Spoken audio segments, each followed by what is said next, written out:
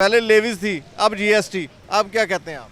Sir जी क्या करें, बस ये हमारे मुल्क की बदकिस्मती है कि हमारे हुक्मरान जो हैं वो बजाय के आवाम को जो है वो देने के, सब्सिडी देने के और रिलीफ देने के, ये लोग और बोझ डाली जा रहे हैं। ये लोग अपने जो है वो क्यों नहीं कम करते, एक्सपेंसेस वगैरह अपनी अयाशियाँ कम करें और आवाम को सब्सिडी दें, रिलीफ दें।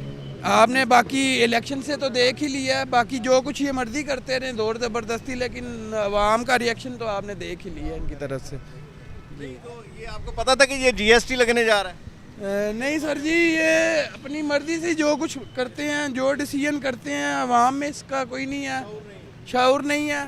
ये जो कुछ भी करते हैं खुद से करते हैं, ठीक है।